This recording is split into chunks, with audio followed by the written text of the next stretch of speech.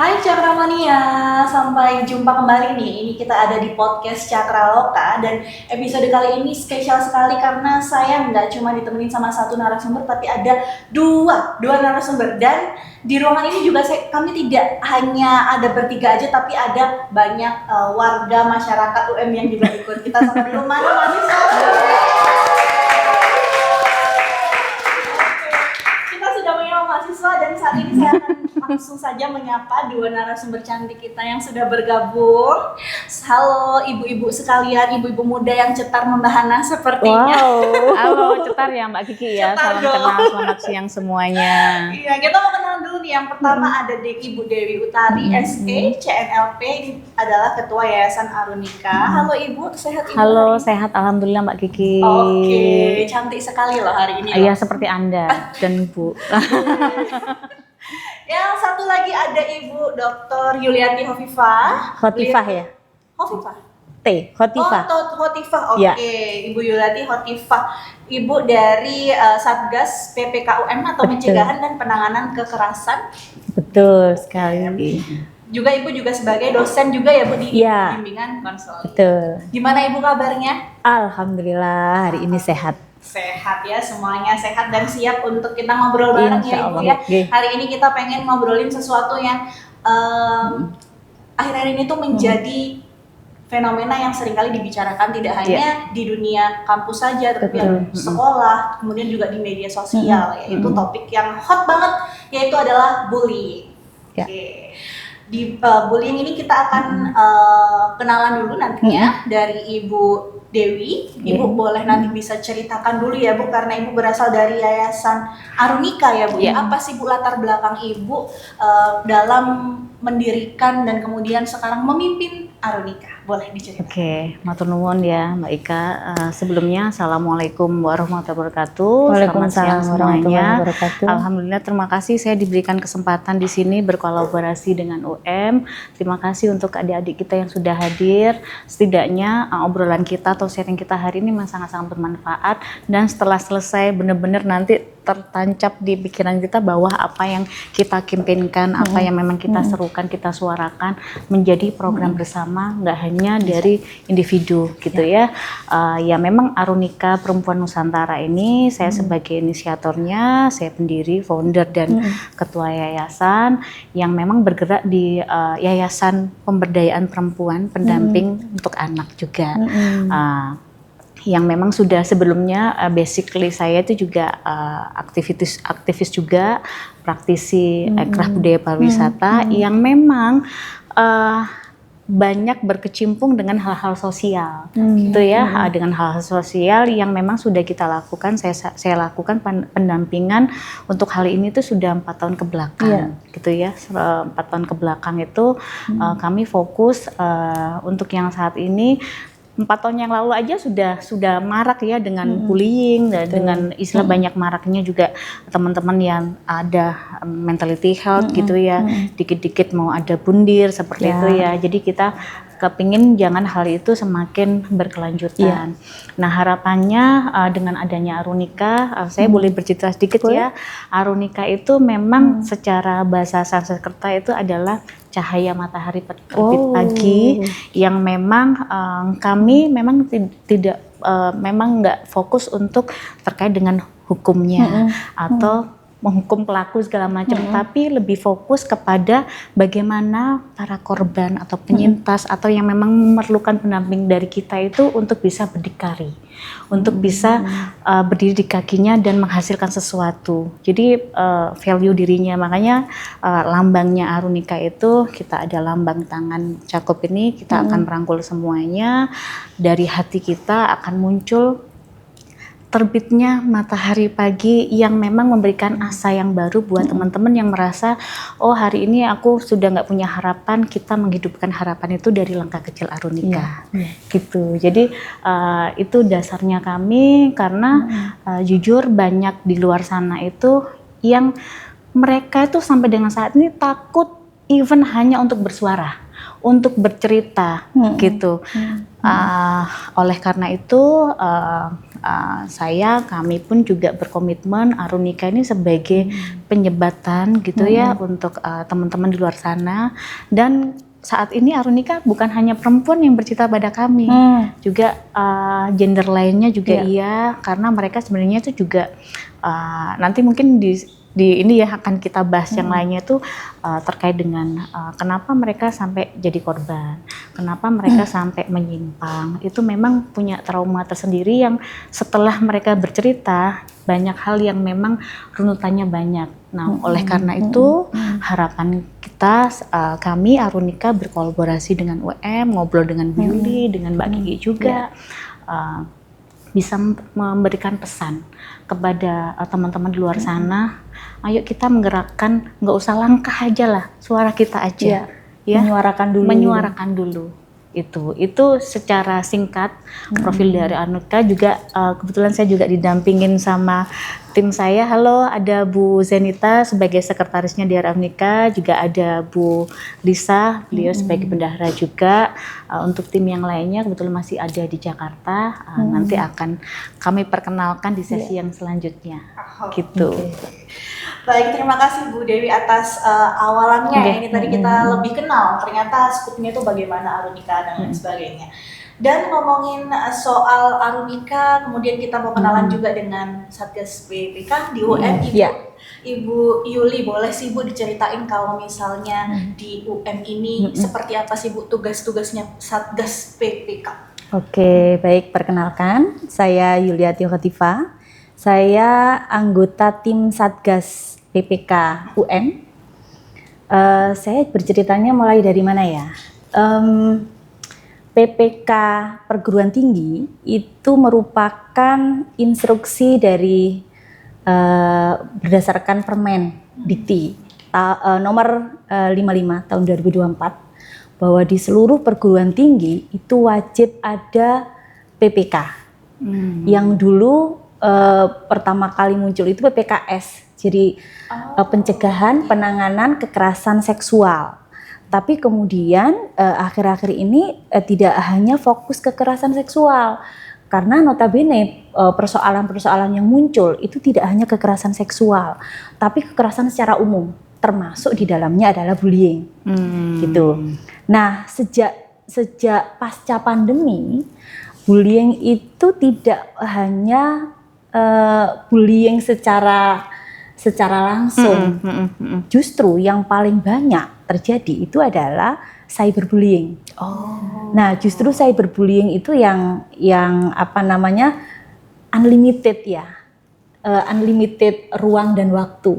Kalau bullying secara langsung itu katakanlah di kelas gitu kan, kelas selesai ya sudah selesai begitu. Tapi kalau bullying, cyberbullying itu bisa tengah malam, bisa kapanpun begitu. Nah, untuk program yang ada di PPKPT UM itu kan ada dua hal nih, pencegahan dan penanganan.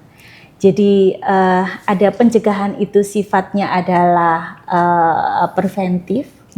Jadi kita program-programnya adalah sosialisasi, khususnya di seluruh sivitas akademika UM begitu ya. Kemudian yang kedua adalah penanganan, yang sifatnya kuratif gitu.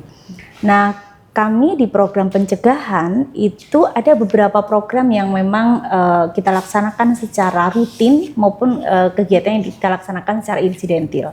Nah, yang secara rutin itu seperti kita melakukan sosialisasi. Jadi sosialisasi itu di PKPT itu secara terprogram, dan itu setiap tahun memang ada durasi waktu yang diberikan oleh UM untuk memberikan sosialisasi tentang PPK. Terus kemudian kami bisa melalui web, karena keterbatasan kita mensosialisasikan ke sivitas UM itu kan juga waktunya juga nggak selalu pas gitu, karena lapisan di sivitas UM kan juga banyak sekali. Karena sasaran kita tidak hanya mahasiswa, tapi juga tendik dan dosen gitu. Nah, itu yang kemudian kita punya terobosan bagaimana untuk mensosialisasikan itu yang dalam ranah pencegahan itu melalui web PPK. ada web PPK, kemudian ada media sosialnya. Jadi media sosialnya itu ada Instagram juga, TikTok. Sekarang kan lebih dekat dengan anak muda. Betul, ya. TikTok itu kan sekali geser gitu langsung muncul gitu ya. Daripada YouTube itu biasanya Gen Z sekarang kan lebih, kalau itu kan lama ya, kalau itu kan cepat gitu. Itu yang pencegahan gitu. Kemudian kita juga sosialisasi ke fakultas-fakultas. Jadi di fakultas-fakultas itu kami punya satgas yang di levelnya fakultas. Jadi tim satgas perpanjangan dari satgas universitas itu ada di fakultas. Jadi tugas mereka itu adalah salah satunya adalah bagaimana mensosialisasikan ke sivitas yang ada di fakultas, begitu. Kemudian untuk yang penanganan itu memang kami membuka hotline untuk pelaporan, gitu ya. Jadi kami ini langsung cerita nggak apa ya? Per Januari 2026 itu ada sekitar 30 kasus yang itu beragam ya. Jadi jenis kasusnya juga beragam. Ada yang sampai ke, kalau di penanganan itu kan Bu Dewi kan ada dua cabang ya. Ada litigasi sama non litigasi gitu. Jadi yang sampai ke litigasi, yang kemudian ke ranah hukum dan kepolisian itu ada sekitar 3%-nya lah gitu. Jadi sebagian besarnya memang selesai di tingkat UM. Jadi selesai di tingkat rektor begitu ya. Jadi itu kemudian sekarang yang lagi ramai juga prosentasenya itu yang ini melalui cyber. Cyberbullying tadi ya Bu? Iya, cyberbullying itu lebih banyak. Jadi kalau dari 30 itu hampir 50%-nya. Ya gitu. Banyak sih memang. Soalnya mungkin ya Bu ya, kita itu merasa ketika kita berpindah ke dunia digital itu jadi terlindung, bisa anonim, begitu. Betul sekali. Jadi identitas kita nggak ketahuan nih, jadi kita merasa bebas untuk berkata apapun gitu ya Bu ya. Betul. Begitu, tetapi yang bermasalah kan korbannya ini tadi, gitu. Sehingga menjadi sesuatu hal yang mendeteksinya kan juga agak susah ya Bu. Agak susah. Runtutannya juga agak jelimet. Gitu ya, bilang gitu ya. Ngomongnya gitu ya. Ini Bu, kalau misalnya kita kembali ke akar bullying lagi, seringkali itu terutama anak muda gitu ya, atau mungkin yang lebih senior, terkadang kita tuh terbiasa untuk melontarkan candaan bersama teman atau mungkin kolega begitu ya Bu ya. Nah, kapan sih Bu candaan itu bisa berubah menjadi bullying gitu ya? Karena kan kita merasa bahwa enggak kok, nggak lagi bully, kan kita kayak bestie bro, kita kan bercanda gitu ya. Kadang-kadang itu menjurus gitu ya Bu, mungkin berkomentar fisik padahal bercanda gitu ya. Nah, bagaimana itu Bu? Kapan sih bercandaan itu wajar dan kapan perlu direm sehingga tidak membuli akhirnya? Oke, kalau menurut teori ya, ini kembalinya teori Mas, gitu ya. Karena kita tadi sempat bicara ini ya, ilmiah gitu ya. Kalau menurut teori, memang antara bullying dengan non-bullying itu sangat tipis sekali. Jadi ketika individu itu, kan ada juga yang teman-teman tuh yang suka dipanggil, bukan namanya ya, panggilan apa ya, alias gitu loh, panggilan bekennya gitu. Nama beken, bahasanya anak-anak. Justru mereka senang ketika berkenalan dengan nama bekennya itu, justru mereka menunjukkan bahwa itu berbedanya dia dengan yang lainnya begitu. Tapi ada yang perlu digarisbawahi di sini adalah, yang pertama adalah jika sebutan-sebutan itu si korban itu tidak berkenan. Merasa tersakiti. Yang pertama, yang kedua adalah dilakukan secara terus-menerus. Kadang-kala panggilan itu kalau disebut cuman sekali aja, itu katanya salah ucap begitu ya, gitu kan korban biasanya. Pelaku ketika dikonfirmasi itu kan salah ucap begitu. Tapi jika itu dilakukan secara terus-menerus dan menyakiti perasaan atau psikologis dari korban, itu maka dikatakan bullying. Gitu. Oke. Lalu kenapa Bu tadi kalau banyak kasus tuh ya cyberbullying kemudian menjadi mungkin lebih berbahaya ya Bu daripada bullying yang konvensional gitu? kalau bahayanya sama ya. Oh, sama ya. Bahayanya sama ya. Kita nggak Sama. bisa mengatakan mana yang lebih gitu. Cuman prosentase peluangnya itu yang lebih banyak.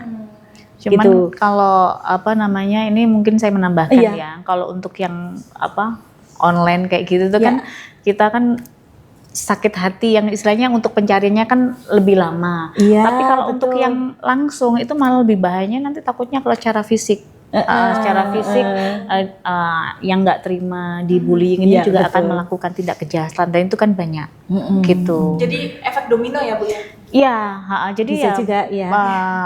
yang hal-hal yang seperti itu kan banyak kan kita kan juga mungkin banyak di sesi-sesi akhir ini kan juga bullying itu kalau secara terus-menerus dilakukan di lingkungan kelas, sekolah segala macam kayak gitu itu akhirnya dia yang introvert segala macam itu berani bertindak nekat seperti yang case yang mahasiswa yang di sama di Makassar kalau nggak salah itu ya yang punya pacar itu kan ya itu kan sebenarnya juga karena diperlakukan tidak adil segala macam. Nah itu akhirnya melakukan hal yang nekat dan tuh kayaknya biasanya kayak di luar nalar gitu kadang-kadang kok bisa setega itu segala macam. Ya benar yang dikatakan sama Bu Yuli bahwa semuanya itu genting untuk kita. Jadi untuk nggak bisa bisa yang dulu gitu ya. Karena nanti kalau ini secara pengalaman saya pendampingin ya Bu Yuli ya mungkin bisa digabung dengan secara teoris tadi itu karena saya memang praktisinya pendamping langsung mereka itu kalau seandainya dibullying lewat online atau ini ya cyber gitu ya dia akan overthinking gitu kan ya. Terus juga itu yang nanti akan berkelanjutan menjadikan pola hidup dia itu menjadi nggak sehat, mentality health-nya dia terganggu kayak gitu. Kalau untuk ini secara pengalaman gitu kan ya. Kalau untuk yang langsung gitu offline ya kita bilang ya, offline ya online dan offline gitu ya.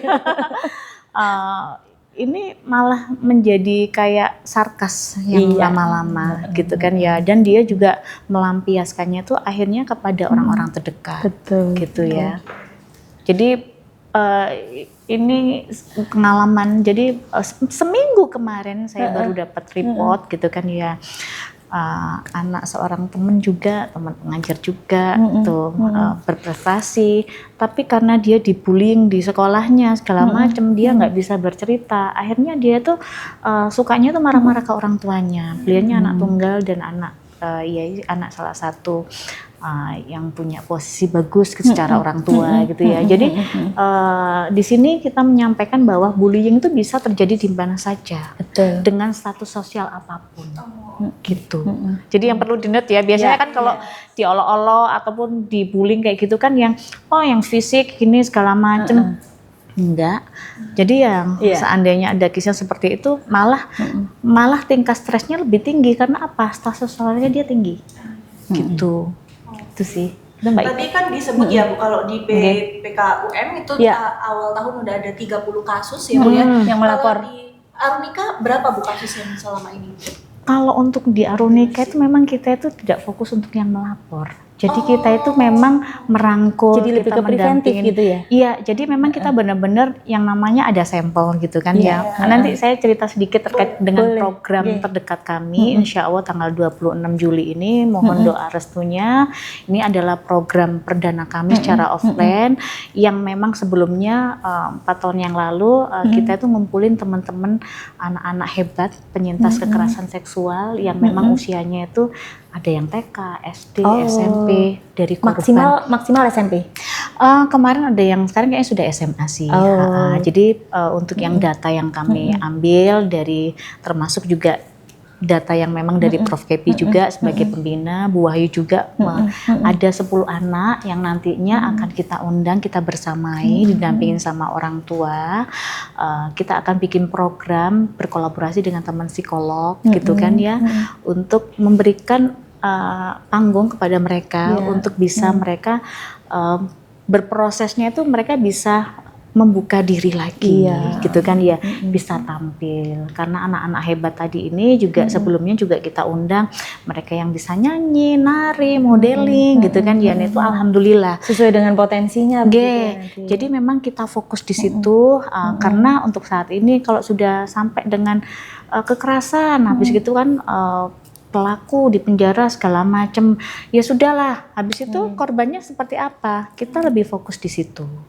Jadi lebih fokus, makanya ada kita kampanyenya juga berani bersuara dan bercerita.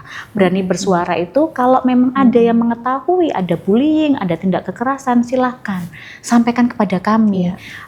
Nggak harus teman-teman yang mungkin punya ada teman sahabat gitu kan ya. Oh aku punya sahabat atau teman dia itu ada KDRT segala macam gitu ya. Sampaikan aja kepada kami, nanti yang akan kita mendekatin secara personal kepada mereka itu gitu. Jadi fokusnya Arunika, kami lebih memberikan solutif kepada teman-teman untuk gimana caranya mereka bisa melanjutkan hidupnya mereka. Gitu. Jadi lebih ke situ. Jadi lebih ke sana dan fokus juga yang kami lakukan karena saya juga praktisi kreatif trainer. Saya biasanya tuh memberikan peluang kepada anak-anak hebat ini tadi itu untuk memunculkan potensi mereka. Kalau mereka bisa menggambar ya sudah stress healingnya menggambar. Mereka menyanyi. Jadi itu kan masuk di kreatif trainer ya Bu ya. Ya. Betul.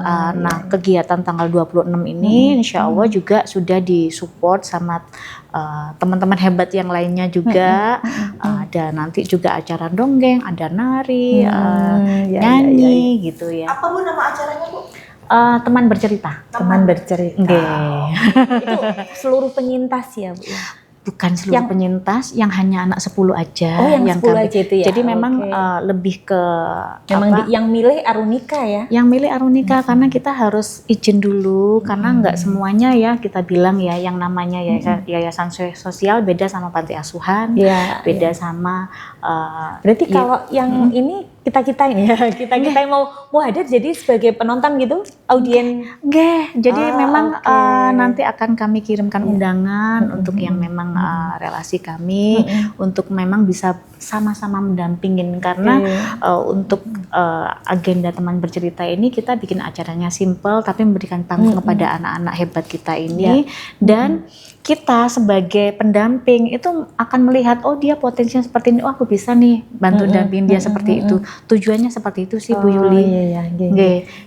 Bagus kan? Karena tidak mudah juga ya Bu betul. Anak-anak hebat tadi untuk mau membuka ceritanya atau berbagi begitu ya. Karena setiap kali saya diundang acara itu saya nggak tahan gitu ya karena kan mungkin kalau istilahnya disabilitas itu kan ya memang ada yang baru lahir memang kita sudah tahu kondisinya orang tuanya sudah tapi kalau yang korban ini kan suatu hal bencana ya menurut saya itu ya pengalaman traumatis juga nggak gampang dihapuskan begitu saja itu sangat luar biasa traumanya itu nggak hanya pada korban tapi sama keluarga. Saya beberapa kali saya ketemu sama keluarga korban itu mereka jadi skeptis yang kayak nggak percaya sama orang jadi kayak penuh merasa kecurigaan pasti itu dan merasa gagal menjadi orang tua. Nah kami hadir untuk bukan langsung memberikan solusi tapi meringankan gitu sih. Jadi ya gimana caranya Arunika ini berkontribusi kepada karena fokusnya di situ ya sampai dengan akhir tahun ini kami memang untuk saat ini kita pendampingan untuk 10 anak dulu tapi harapannya kami kita punya target sampai dengan akhir tahun 2026 ada 50 anak yang memang bisa bercerita tadi. Amin gitu. Semoga lancar ya Bu acara amin. Jadi kalau misalnya pada pengen kepoin acara ini nanti bisa meluncur ke media sosial kah Bu? Boleh, ini lagi kami susun juga untuk proposalnya juga. Nanti siapa nanti yang akan bisa berkontribusi gitu ya. Ya, alhamdulillahnya Mbak Kiki, Bu Yuli banyak yang menyerahkan diri untuk program ini. Gitu luar kan biasa. ya. Karena kan nggak gampang ya kalau ya intinya itu tadi kalau kita memang tulus ikhlas ya yang kita dampingin itu juga akan merasa aman. Betul. Iya, sepakat ya.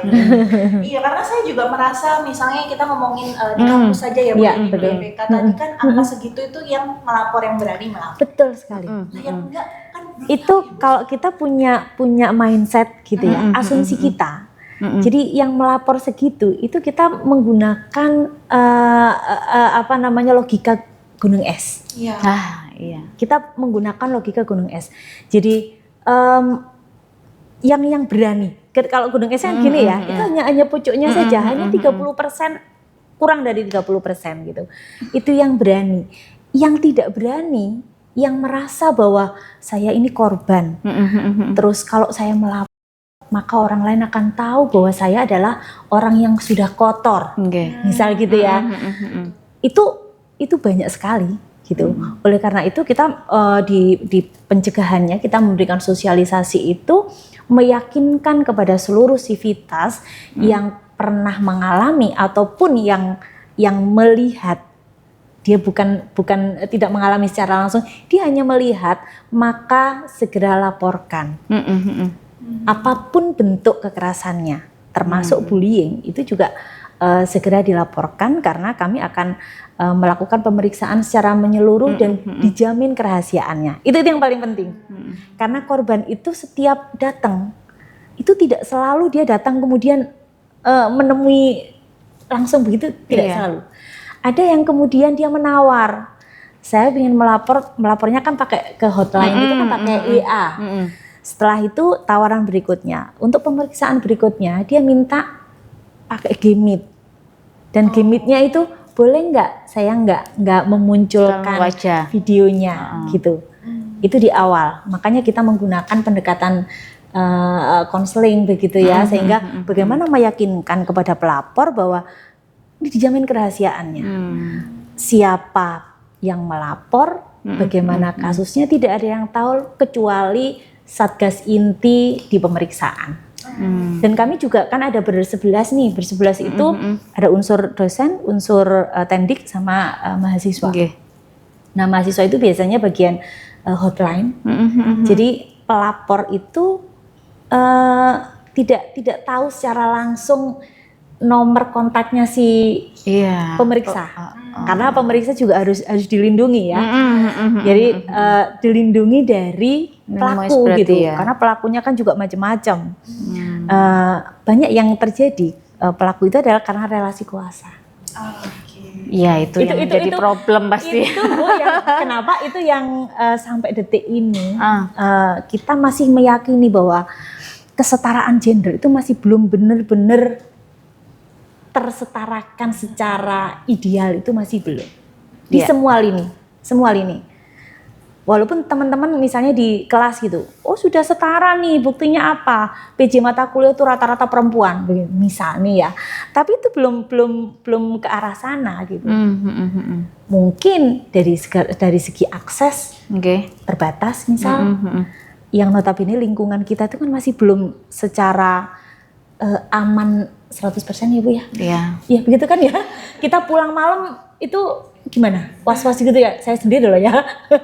Bahkan saya kalau misalnya ada acara di Batu misalnya, saya harus pulang gitu. Di dalam mobil nih, itu saya harus pastikan bahwa di sore harinya itu harus saya isi bensin full, sehingga ketika pulang malam itu enggak perlu turun di pom bensin gitu. Itu mungkin dialami semua adik-adik perempuan juga sama gitu ya. Jadi itu dari segi akses saja. Belum yang lain-lain, belum dari segi yang lain-lain gitu. Sehingga ketika perempuan mau melapor ini yang saya simbolkan dari yang kami tangani di PPK gitu ya. Banyak kan perempuan ya Bu? Sampai detik ini ya ada sih yang laki-laki, tapi persentasenya masih lebih banyak perempuan. Tapi ada kan ya Bu yang laki-laki kan ada. ya? Iya. Laki-laki ada. Kadang-kadang ada gini kan Bu, stempel nih kalau bahwa cowok itu harus kuat ya, masa dibully dikatain ini. Taruh gerbang belakang gitu sama Mbak Kiki. Karena harus kuat jadi gak melapor gitu ya. Gengsi lah aku mau melapor gitu. Iya, ya gitu. Karena memang sekarang itu kalau saya sih bukan yang melapor ya. Sebenarnya itu banyak teman-teman yang saya bilang itu kan korban, cowok juga banyak yang bercerita kepada saya.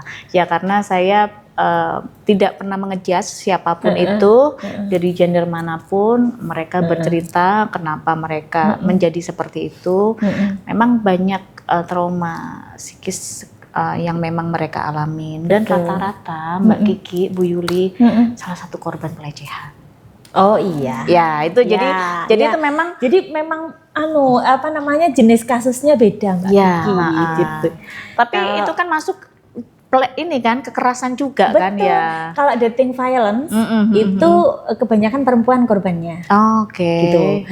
Tapi kalau yang bentuk pelecehan, terus kemudian bullying, ini data yang masuk ya, bullying itu ada sebagian yang laki-laki gitu. Ya.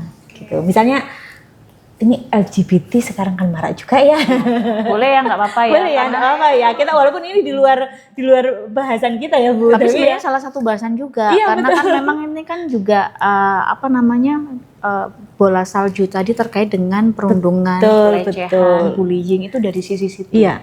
Jadi ya memang ini memang salah satu bahasan gitu kan ya. Kan itu kan juga salah satu kekerasan seksual juga. Betul. Gitu loh Bu Yuli. Betul. Jadi ya ini sudah menjadi bagian dari tanggung jawab kita bersama karena malah sekarang itu banyak teman-teman itu yang menyampaikan bahwa kalau kita dulu kan menjaga anak gadis kita itu gimana aman. Iya. Sekarang yang cowok juga was-was. Enggak hanya iya. Yang cowok was-was karena bener-bener saya itu mendengar cerita langsung ya. Iya. Gimana dengan kecepatan dunia digital media itu betul. Mereka itu mendapatkan informasi, terus juga sorry saya bilang banyak yang situs-situs yang nggak patut untuk diklik itu memunculkan semuanya. Betul. Dan yang akhirnya nun sewu ini saya harus sampaikan bahwa sekarang itu kan banyak ya pondok-pondok pesantren yang memang yang memang ada unsur itu banyak yang menyampaikan kepada kami. Nah kalau kami sih memang nggak berurusan sama politik sama hukum ya. Kalau memang ada kita membantu untuk memberikan referensi, tapi fokus utama kita adalah gimana kamu keluar dari keterpurukan, gitu ya. Nggak harus banyak, tapi ya dimulai dari 10 tadi itu. Betul. Itu kan nanti akan memberikan aksi nyata atau memberikan contoh pada teman-teman yang oh iya anak 10 tadi ini kan sudah berkarya, punya penghasilan sendiri, cantik. Paling nggak buat role model. Betul. Gitu. Yang lainnya nanti bisa bercerita gitu Mbak Kiki. Oke, untuk kasus-kasus yang sudah ada nih menurut pengamatan Ibu Dewi dan Ibu Yuli, biasanya pelaku itu munculnya dari mana sih Bu? Apakah memang dari circle atau lingkungan terdekatnya korban, ataukah memang kenal dari medsos atau dari mana? Beragam nih, beragam. Jadi kalau dulu yang namanya kekerasan itu kan kebanyakan orang terdekat. Sekarang enggak juga.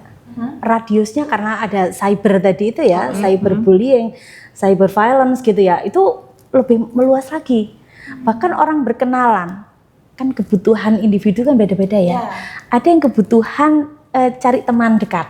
Nah, itu bisa jadi dia kemudian di chat, di DM nih, pacar sewaan lah. DM beda ya. Terus ada grup-grup juga kan sekarang teman-teman Gen Z itu kan ada grup cari pasangan itu apa namanya ya itu. Oh ya tahu mereka Gen Z tahu bukan Ibu, jadi apa grup itu? Saya kok lupa namanya ya. BO ya grupnya apa namanya? Blind date. Nah, ada grup blind date. Ada satunya lagi gitu ya. Disingkat ya. Terus, nah itu grup-grup itu, ketika orang masuk di dalam grup itu, maka dia open access gitu ya. Open access. Jadi tanda kutip siapa yang masuk di dalam situ, maka bisa diakses nih gitu. Gitu. Nah, si pelaku itu biasanya akan mengirim DM ke IG seseorang gitu ya. Kemudian ini kasus nyata ini beneran gitu. Yang dia kemudian memperkenalkan diri sebagai biasanya yang di ini yang apa ya, yang prestis ya fakultasnya ya, fakultas kedokteran gitu ya.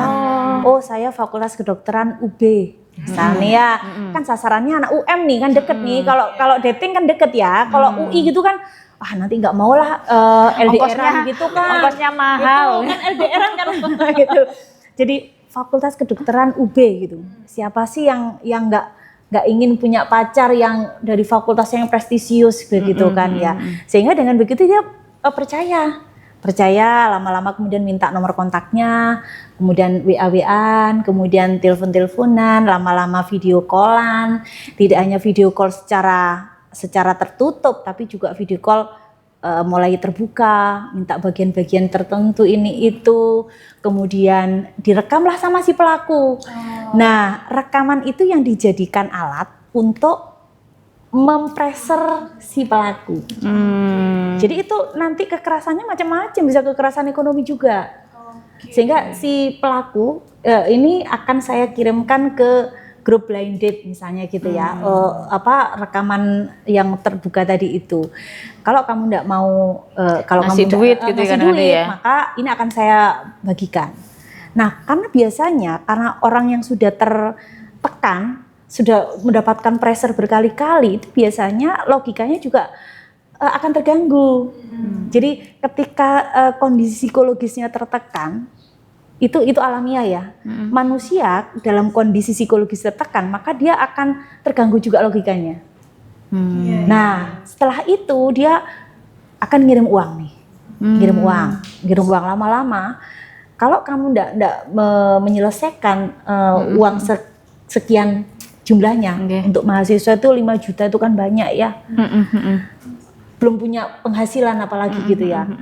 Aku cicil ya, misalnya si sampai korbannya, segitunya ya. Sampai segitunya, aku cicil ya gitu.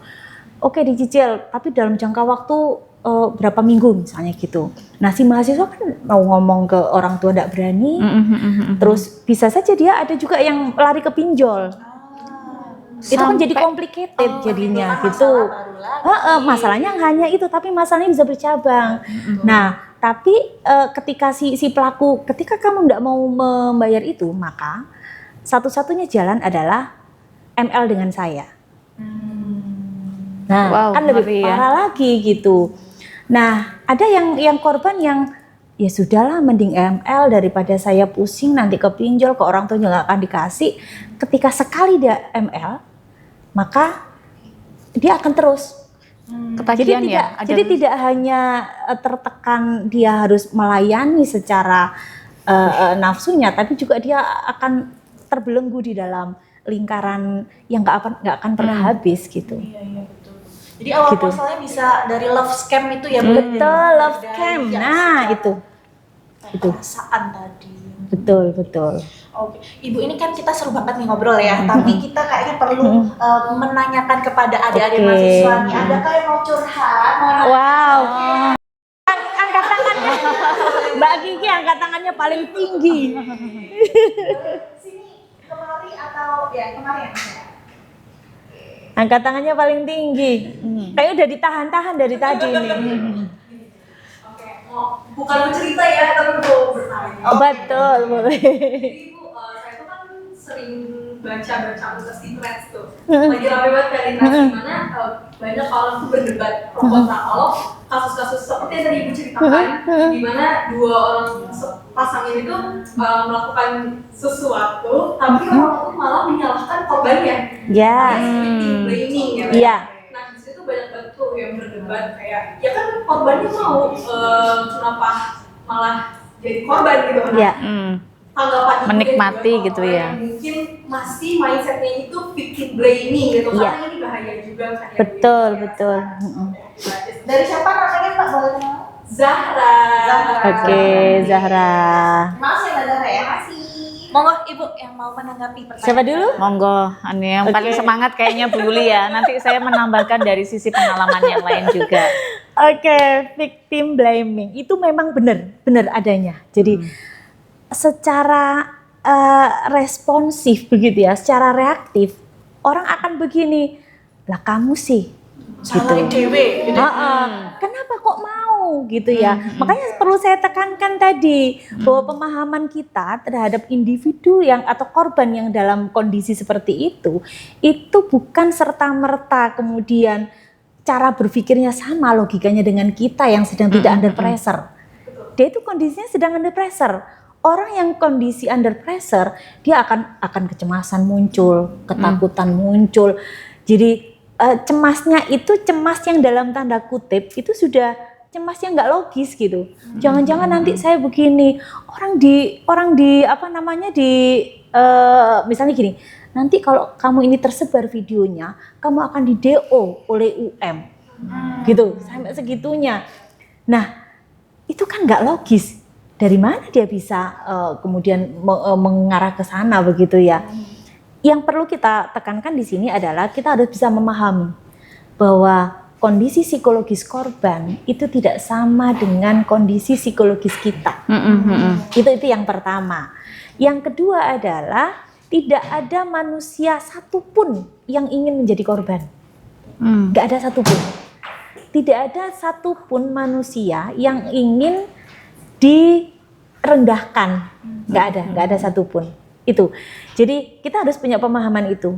Kami semua tim di Satgas juga kita harus punya pemahaman yang sama gitu. Itu yang pertama. Yang kedua adalah adanya individual differences.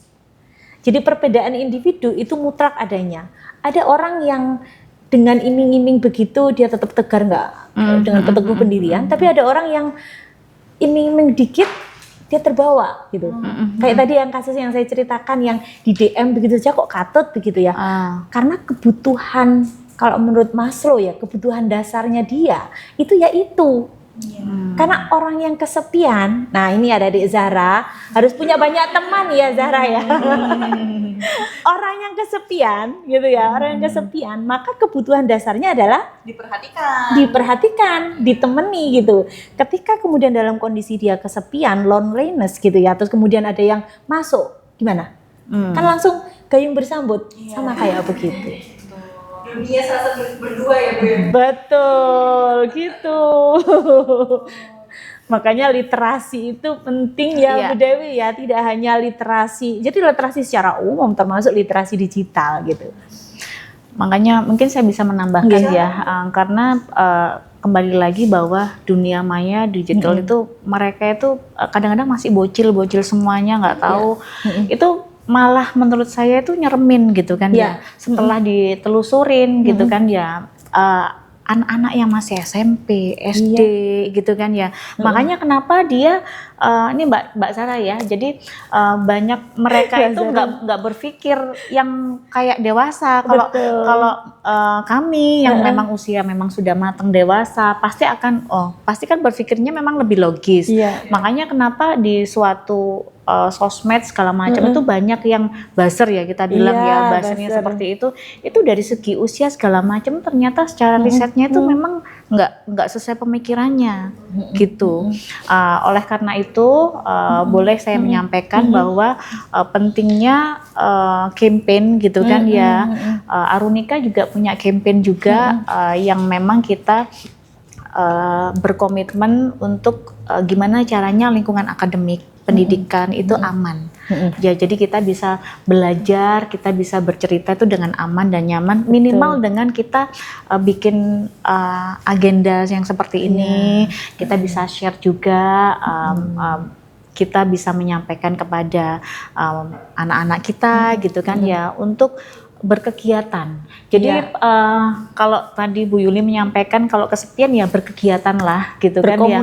Berkomunitas lah, tapi memang komunitas yang baik gitu kan ya. Karena setelah saya telusurin banyak gitu kan ya, kan saya juga punya anak remaja 2 nih Bu ya. Jadi ya semakin mereka sibuk, terusan juga teman-temannya yang tapi yang memang yang harus diingat adalah lingkungan ya, sama circle ya. Ternyata itu bisa menambah upgrade value-nya anak tersebut gitu ya. Nggak sempat kepikiran untuk bullying, nggak sempat untuk melakukan hal-hal yang di luar kemanusiaan seperti itu ya. Makanya saya happy banget ini adik-adik ini bisa hadir di sini, minimal dimulai dari kalian gitu kan ya, bisa menyampaikan, bukan menggurui gitu ya, nanti kalian nggak seperti itu. Menularkan, gitu. Menularkan. Setidaknya tuh penyampaian bahasanya adalah aku kemarin atau aku tadi itu diundang di acara podcastnya ini loh, membahas ini loh, ternyata memang bagus. Jadi memang hal-hal komunikasi itu kan penting ya. Karena kalau anak-anak zaman sekarang tuh nggak mau dikasih tahu gitu ya. Mereka memang nggak mau digurui. Nggak mau digurui. Jadi hal-hal yang seperti itu di luar dari memang kejadian-kejadian yang sudah terlanjur, kita harus pencegahan preventif tadi itu. Nah, dari adik-adik yang sekarang ini harapannya, karena di Yayasan Arunika itu juga kami ada muda-mudi Arunika. Jadi yang tadi anak itu di bawah 13 tahun gitu ya? Kalau anak itu kategorinya. Jadi kita ini kan selain pengurus, kita ada memang yang menggerakkan volunteernya itu ada muda-mudi. Ada muda-mudi Arunika ya, nanti teman-teman kalau memang terketuk hatinya untuk bisa sama-sama mendampingin, monggo nanti bisa berkontribusi lewat muda-mudi Arunika. Nanti bisa ada ibu sekretaris nanti yang bisa muda-mudi Arunika mendaftarkan diri gitu kan ya. Ya mulai dari langkah kecil tadi itu. Betul, Nah, yang pasti komunitas atau yayasan ini juga sangat-sangat positif gitu ya. Bukan komunitas yang memang tujuannya, tapi tujuannya sudah ada gitu. Dan insya Allah nanti di akhir tahun juga kita akan ada yang namanya Duta Arunika. Yang Duta Arunika itu dari muda-mudi itu bukan? Mungkin usianya. Jadi duta itu memang nanti akan kita fokuskan mereka untuk campaign, nggak hanya kita mulai dari Malang, tapi karena memang saya punya program kerja jangka panjang itu sampai Nusantara dan internasional sesuai dengan program kerja kita. Nah, teman-teman duta nantinya itu diawalin dari muda-mudi Arunika bisa mendampingin kami ke berbagai kota pun negara gitu. Dijamin nggak kesepian ya Bu ya? Dijamin nggak kesepian pasti, dijamin nggak kesepian, dijamin malah akan banyak empati positif yang akan didapatkan. Dan ini true banget, kami sebagai pendamping banyak teman-teman yang secara kadang-kadang magang secara mandiri hadir kepada kami, mereka akhirnya, Bu, saya sudah lulus, terima kasih banyak segala macam. Akhirnya keilmuannya itu ditularkan di lingkungan, kembali lagi ke kotanya atau di tempat kerjanya gitu. Jadi hal-hal yang seperti itu ya. Nah, itu menurut saya yang perlu kita benar-benar suarakan dan kita lakukan mulai dari sekarang. Di luar kita ya memang ya kejadian seperti apa, biar nggak semakin banyak. Itu tadi Mbak Kiki. Oke, baik, terima kasih Bu jawabannya ya. Boleh mungkin satu lagi yang mau curhat boleh? Silakan. Mau temennya boleh? Atau mengadu diri sendiri juga boleh. Boleh ya.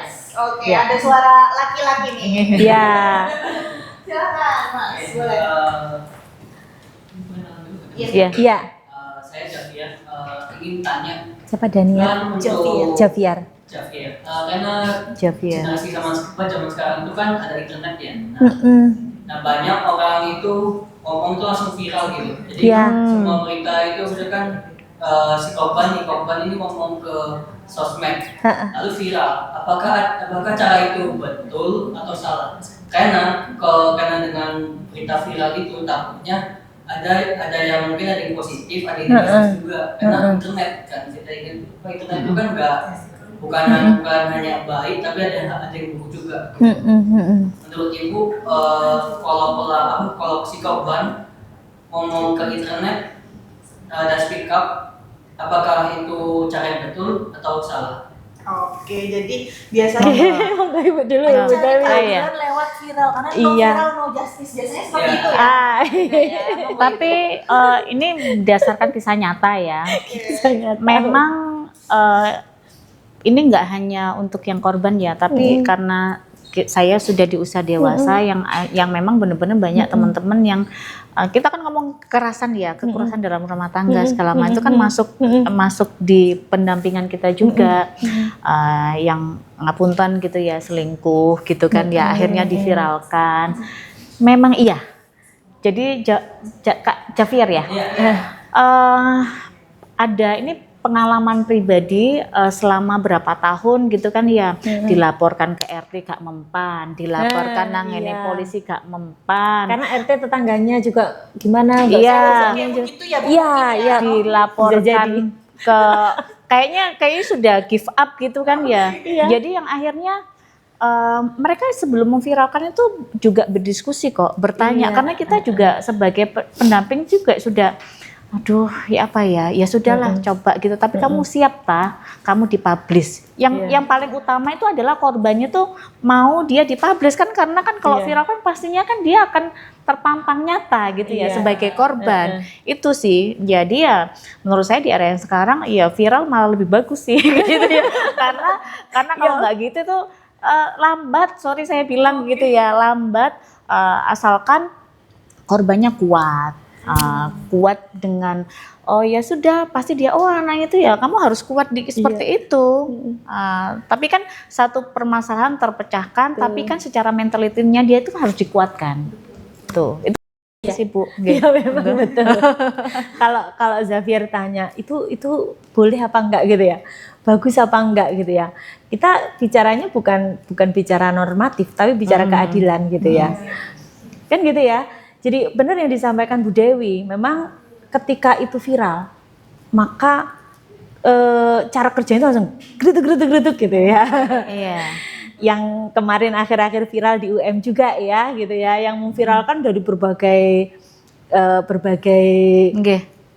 akun gitu ya, berbagai akun. Kalau saya lihat itu bahkan yang komen-komen itu justru bukan teman-teman dari UM sendiri yang komen gitu.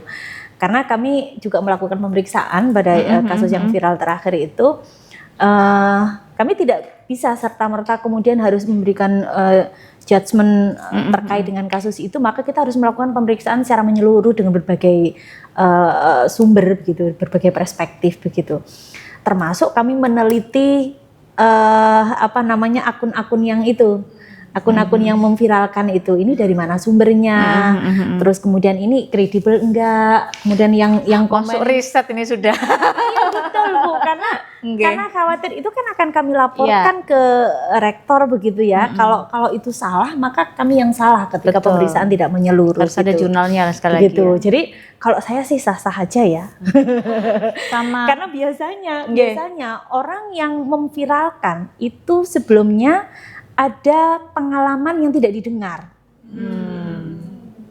Sebagian besar sudah begitu ya. Putus asa gitu. Jadi dia lapor itu nggak didengar. Kok lama ya nggak segera ditindaklanjuti begitu.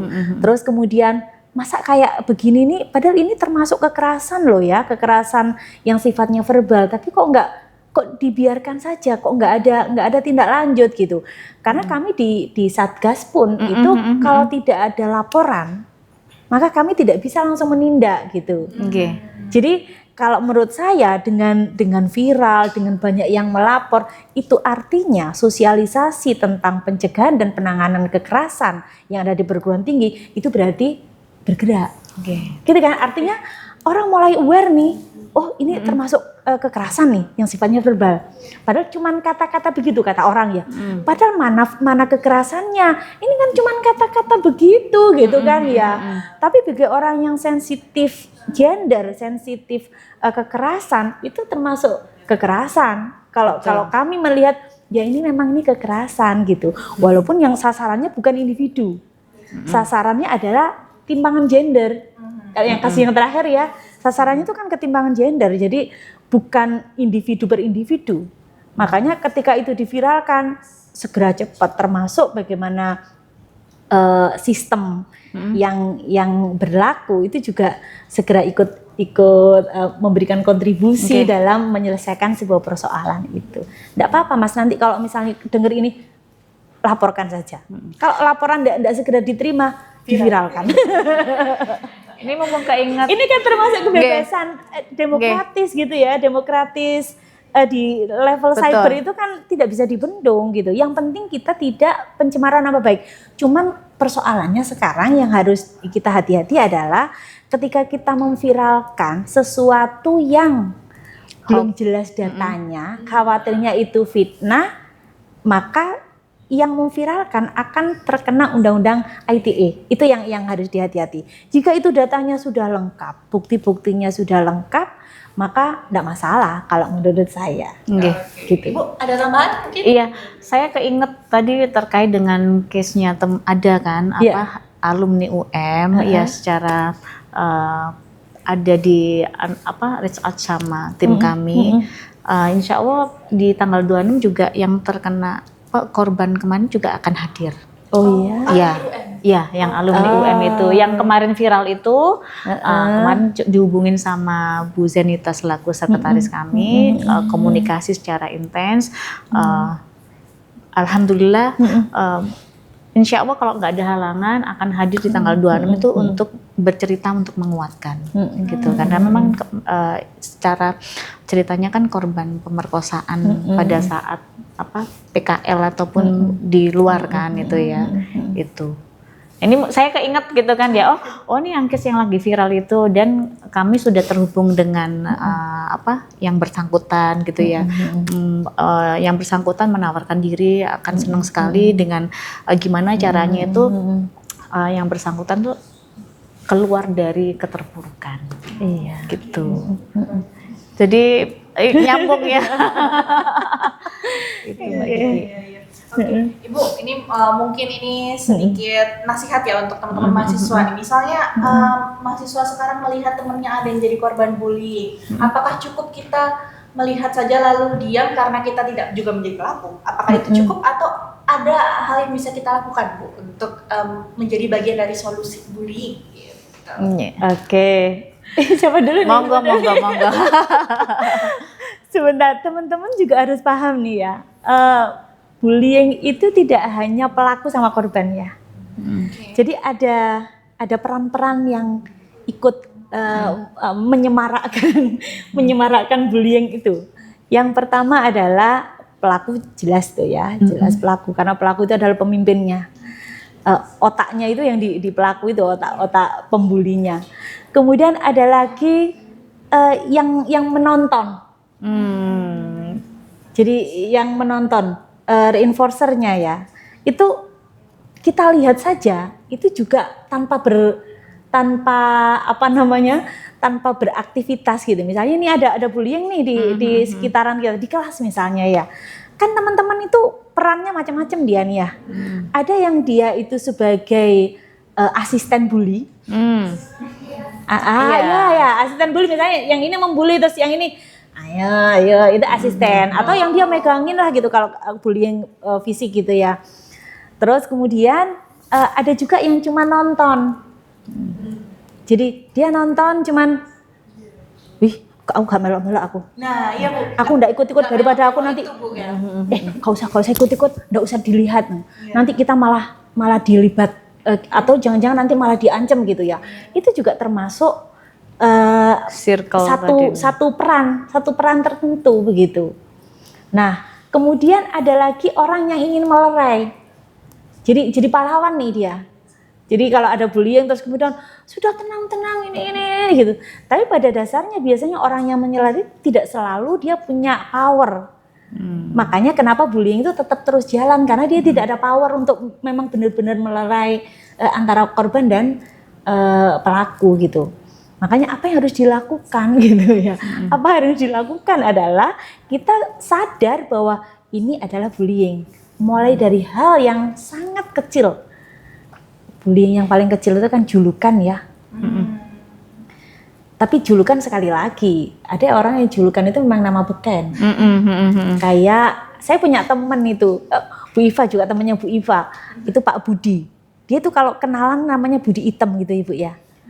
Jadi teman-teman mulai dari yang yang junior sampai yang senior manggilnya Pak Item ya Bu ya. Itu nama bekennya. Kalau kami manggil Pak Item itu kan enggak apa-apa karena dia enggak marah. Karena untuk membedakan ini nama beken, nama diferensiasi antara budi yang lain dengan budi yang saya gitu. Budi yang se-Indonesia Raya banyaknya itu. Gitu kan. Yang ini budi gitu ya. Apalagi Maaf Pak Dewi Budi. Kerasa- itu beda lagi. Beda lagi kalau misalnya kita melabeli itu memang itu tidak dikenan dia yang korbannya tidak berkenan itu gitu. Oke. Dipanggil budi item misalnya gitu. Kayak tadi barusan pagi tadi itu saya bicara tentang bullying tapi dengan anak-anak SMP. Oh. Jadi panggilan cemani. Tahu cemani ya? Hitam. Cemani itu kan Ayam hitam. ayam yang hitamnya Wolos. hitam banget, nggak ada satu titik pun yang putih gitu. Itu dia sakit hati dengan dipanggil cemani. Nah itu termasuk bullying kan gitu. Jadi itu Mbak Kiki. Oke, baik. Ibu Dewi ada tambahan barangkali? Kalau dari saya sih lebih gimana caranya teman-teman tuh membekalin diri dari segi keimanan itu yang pasti ya. Lebih dekat dengan keluarga. Kalau Bu Yuli tadi kan sudah menggambarkan secara teoritis, terus juga hal-hal apa nanti yang akan terjadi gitu kan ya. Mulai dari personality-nya kalian gitu kan ya. Kembali lagi berkawanlah atau kalian tuh berkomunitas lah atau dengan sekeliling yang memang memberikan aura positif gitu kan ya, atau tindakan yang positif, karena bullying itu nggak bisa kita cegah dalam waktu yang sehari, 2 hari, setahun, 2 tahun gitu ya. Dimulai dari kesadaran diri Mbak Kiki gitu kan ya. Makanya kami pun juga orang tua berperan untuk adik-adik mahasiswa. Kalau selama ini mungkin jauh dari orang tua, minimal dikit-dikit berkabar sama orang tua gitu, menyampaikan gitu ya. Itu menjadi hal yang menurut saya perlu, bagaimana caranya keluarga atau orang tua itu lebih tahu dulu kalian daripada yang lainnya. Gitu. Jadi ya ini lebih kembali lagi ke keluarga ya, memang ya Mbak Kiki ya. Bagaimana teman-teman di sini bersekolah, kuliah itu kan tujuannya untuk kan meneruskan ya cita-cita untuk berkeluarga, untuk berkarir. Nah, melalui proses itu, ini saya langsung berbicara SR ya, karena saya background juga SR gitu kan ya. Iya, jadi teman-teman jejak digital itu sekarang kuat sekali gitu kan ya. Jangan sampai melakukan itu, ya minimal itu dulu gitu kan ya. Minimal dari kalian dulu, jangan melakukan itu atau jangan menginisiasi, karena biasanya ini yang terjadi, anak-anak yang dengan ekonomi sosial yang tinggi karena semua fasilitas ada, terusan juga dan kesepian biasanya gitu kan ya, banyak ditinggal segala macam itu, mereka mengumpulkan teman-teman untuk traktir, untuk memfasilitasi semuanya, jalan-jalan semuanya. Dengan seperti itu tadi, teman-teman circle-nya itu difasilitasi sama dia. Dia sebagai leader, dia bukan sebagai pelaku utama gitu kan ya, bosinya. Itu tadi yang nyambung gitu kan ya. Oleh karenanya untuk masa depan kita bersama, teman-teman gimana caranya dari sisi integriti, sosial sama keimanan itu lebih banyak ditingkatkan gitu kan ya. Kan ini bukan menggurui ya, tapi ini menjadi hal nyata pada saat nanti kita ke dunia nyata gitu kan ya. Banyak yang gagal karena ya mungkin ya kalau di Indonesia memang kan harus ada surat berkelakuan baik tadi itu, tapi ya untuk teman-teman fresh graduate kan wajib gitu ya. Tapi bukan dari sisi situnya, kalau saya melihat dari sisi perusahaan dan sebagai seorang SR, karena apa? Sustainable-nya dia nanti untuk masa depannya itu. Gitu sih Mbak Kiki. Oke, baik. Bu, kalau misalnya terakhir banget nih ya Bu ya. Karena literasi terkait bullying ini sudah mulai meluas, terus ketika direnungkan, oh ternyata kok saya ini pernah jadi pembuli gitu ya Bu, tanpa sadar ya. Kemudian apa sih Bu yang harus kita lakukan ketika kita tersadar, ternyata saya juga bagian dari bullying gitu. Oke. Ya sadar nggak sadar ya, karena kita kan di usia anak-anak, remaja. Ya jujur saya pun juga ternyata mungkin memang tapi ternyata oh iya ya, yang tadi disampaikan sama Bu Yuli gitu ya, saya dengan yang istilahnya kan karena kan pengetahuan juga masih minim waktu itu kan gitu juga kan ya, belum ada highlight ini bullying gitu kan, belum ada highlightnya seperti itu. Akhirnya Oh iya sih, ternyata menyampaikan hal-hal terkait dengan bercerita tentang masa lalu itu juga penting sebagai orang tua. Gitu, sebagai orang tua saya kadang-kadang itu bercerita sama anak saya. Dulu mami juga pernah seperti itu, tapi ternyata kok salah ya. Akhirnya mami minta maaf sama yang bersangkutan. Terus juga hasilnya sampai sekarang jadi sahabat. Yang namanya anak-anak gitu kan ya. Terus di usia remaja juga, di lingkungan kerja juga bahwa kita jangan sampai secara fisik kita menyampaikan sesuatu hal yang kurang pantas gitu. Oke, jadi harus dijaga bener-bener ya, jangan sampai kita menyakiti yang teman atau yang lain gitu ya. Oke, terakhir lagi pesan singkat untuk teman-teman mahasiswa Cakramania yang sedang menyaksikan podcast ini, Bu. Pesan pamungkasnya nih apa? Nggak ada pamungkas ya. Kayaknya nggak habis-habis ya. Dari paling terakhir. Terus ini paling ya. Final kayaknya ya. Gongnya ini monggo.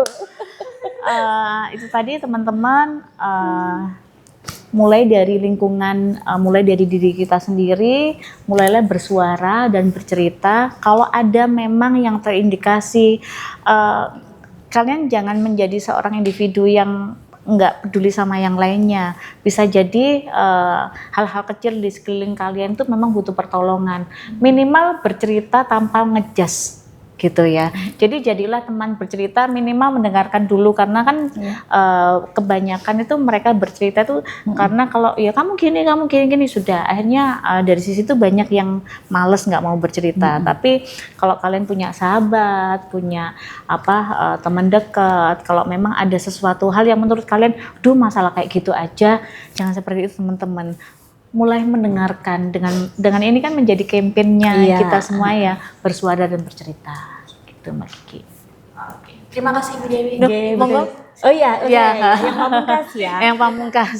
Kalau saya untuk adik-adik, kita harus satu visi, zero tolerance kekerasan, termasuk di dalamnya adalah bullying gitu.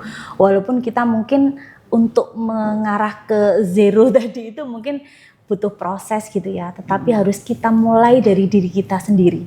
Kita mulai dari diri sendiri, kemudian orang-orang yang ada di sekitar kita punya pemahaman bahwa ini adalah kekerasan. Walaupun dalam kehidupan sehari-hari mungkin juga kita tanpa sengaja menjadi pelaku bullying, tetapi kalau kita punya kesadaran penuh bahwa ini merupakan perilaku bullying, maka kita akan segera kita menyadari bahwa oh ini bullying, bisa kita cegah. Kemudian yang berikutnya kalau sudah terlanjur kita bisa meminta maaf kepada korban, karena permintaan maaf itu merupakan sumbangsih 50% untuk memulihkan kesehatan mental dari korban. Itu yang paling penting. Kenapa korban bullying, korban kekerasan itu nggak selesai? Karena si pelaku tidak meminta maaf secara langsung. Boleh saja dia klarifikasi di media sosial, tetapi itu tidak menyelesaikan persoalan yang sifatnya in-depth di diri psikologis dari individu. Itu yang pertama. Yang kedua, yang ketiga adalah kita harus jaga diri, jaga lingkungan, dan jaga orang-orang yang ada di sekitar kita dari seluruh bentuk kekerasan. Mungkin itu Mbak Kiki. Tepuk tangan. Baik, dan memang sudah tidak kerasa ya Ibu. Luar biasa, daging banget. Setuju kan teman-teman ya? Setuju. Dirinya disisihkan. Perbincangan kita di hari yang baik ini, Ibu senang sekali Ibu Dewi dan Ibu Yuli berkesempatan untuk cerita banyak sih ya, tidak hanya itu soal teoritisnya seperti apa, tapi juga bagaimana kondisi di lapangan dan apa saja strugglingnya dari korban itu ya Bu ya, sehingga kita betul-betul bisa mengamati apa saja bentuk bullying, terus juga cyberbullying dan kategorisasinya. Jangan sampai kita juga menjadi bagian dari pembuli tadi secara kita tidak sadar begitu ya Bu ya. Oke, terima kasih Cakramania juga yang sudah menyaksikan podcast hari ini sampai selesai, dan terima kasih juga untuk teman-teman mahasiswa. Tepuk tangan. Ya, dan terus nantikan episode Cakra Loka yang selanjutnya, karena nantinya pasti kita akan masih datang dengan banyak sekali insight dari hal-hal yang lainnya. Kalau gitu saya Kiki Sabrina undur diri dan terima kasih juga untuk Ibu Dewi dan Terima Ibu Yul. Oke, terima kasih Bu. Stop kekerasan. Oh iya. Stop kekerasan. Dadah. Dadah.